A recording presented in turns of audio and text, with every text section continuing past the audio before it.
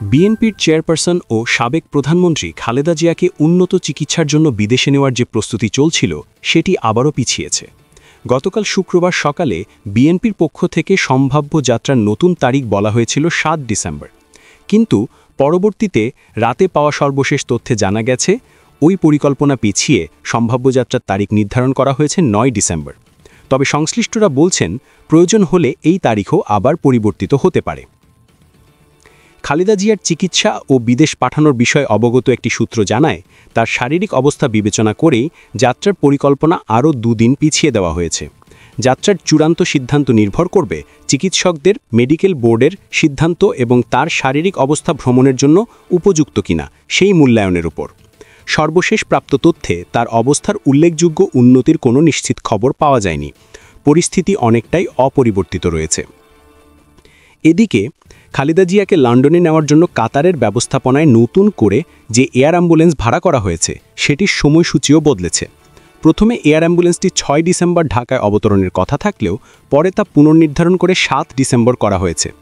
কাতার সরকারের পক্ষ থেকে বিকল্প এয়ার অ্যাম্বুলেন্স দ্রুত পাঠানোর প্রক্রিয়া চলছে বলেও জানা গেছে। ঢাকায় কাতার দূতাবাস এবং বাংলাদেশের পররাষ্ট্র মন্ত্রণালয়ের সংশ্লিষ্ট কর্মকর্তারা গণমাধ্যমকে জানিয়েছেন, কাতার সরকার জার্মানির একটি প্রতিষ্ঠান থেকে এয়ার অ্যাম্বুলেন্স ভাড়া করে ঢাকায় পাঠাচ্ছে এবং চিকিৎসক ও বিএনপি নেতাদের সঙ্গে সময় সমন্বয় করে তা পৌঁছাবে।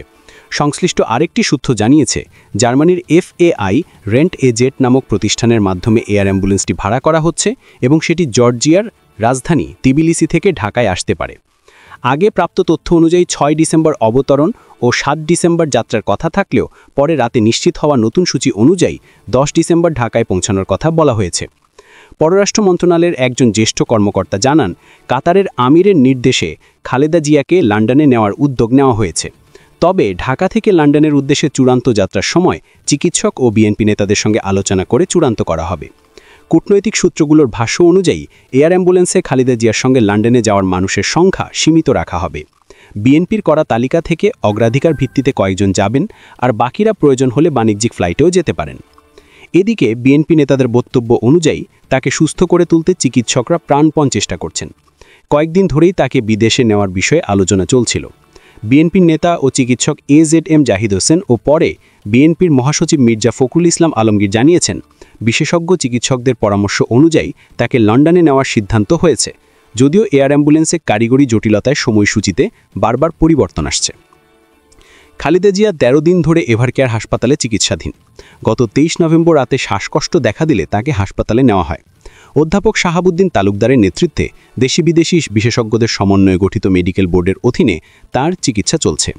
এদিকে তার দ্রুত রোগমুক্তি কামনায় বিএনপির পক্ষ থেকে সারা দেশের বিভিন্ন মসজিদে দোয়া আয়োজন করা হয়েছে। একই সঙ্গে অন্তর্বর্তী সরকারও মসজিদে দোয়া এবং অন্যান্য ধর্মীয় উপাসনালয়েও প্রার্থনার আহ্বান জানিয়েছে। আপনার মতামত কি?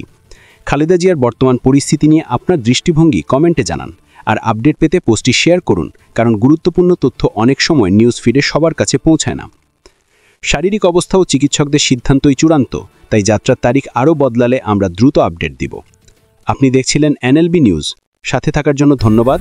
পরবর্তী আপডেট জানতে এখনই সাবস্ক্রাইব করুন আমাদের চ্যানেল। ধন্যবাদ।